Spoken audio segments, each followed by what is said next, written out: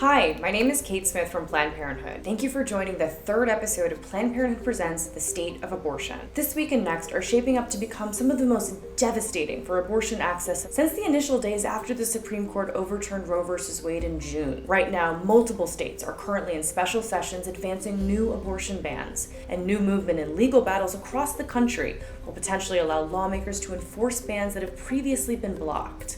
But before we get there, a major milestone this week and the biggest win yet for abortion rights supporters since the fall of Roe. On Tuesday, Kansas voters overwhelmingly rejected an amendment to their state constitution that would have given lawmakers a pathway to ban abortion. Tuesday's ballot measure marked the first time since the Supreme Court overturned Roe that voters have had a chance to directly weigh in on abortion rights. Just over 900,000 Kansans voted on Tuesday, blowing past predictions that had already expected high turnout rates. To put that in context, more people voted in Tuesday's election than they did in the 2016, 2018, and the 2020 primaries, and almost as many people voted in this election as they did in the 2018 general election. Because of Tuesday's vote, abortion will remain legal and available in Kansas. But as of Wednesday morning, 15 states had abortion bans in place. On Monday evening, a state court of appeals in Kentucky allowed an outright ban on abortion to go into effect immediately. Monday's decision lifted the lower court's injunction from last month that had put the ban on hold as the court determined whether the ban violated the state constitution. In an appeal earlier this week, Planned Parenthood and the ACLU asked the state Supreme Court to block the law again. But for now,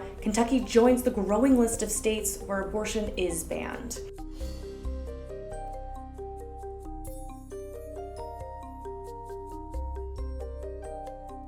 And an even more complicated situation is playing out in Michigan, where abortion is available now, but multiple challenges to a ban from 1931 are winding their way through the courts. Earlier this year, a lower court had blocked that ban, but on Monday, an appellate court cast doubt on that injunction, seeming to suggest that county prosecutors could enforce the ban even though it's blocked. Hours later, a lower court in a separate case that also centers on that 1931 ban, they jumped in, temporarily blocking prosecutors from going after abortion providers.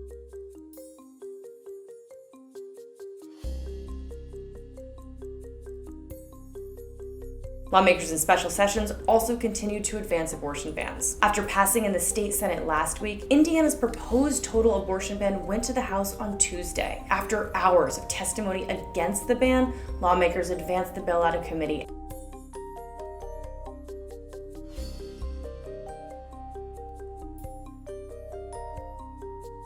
And in West Virginia, the state's proposed total ban on abortion has stalled after hundreds of abortion rights supporters came to the state capitol to protest the bill and share testimony with lawmakers. This week, I caught up with Wendy Davis. You probably know her from her headline-making 13-hour-long filibuster that protested abortion restrictions in Texas.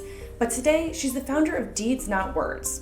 It's a nonprofit that helps young leaders find their voices and prepare them for things like the testimonies that you saw in West Virginia and Indiana. But in our conversation, Wendy shared other ways that you can get involved in local government and have your voice be heard by your representatives. Take a look. Showing up in their office and meeting with one of their staff people to help them understand your perspective on something is a good way to do that.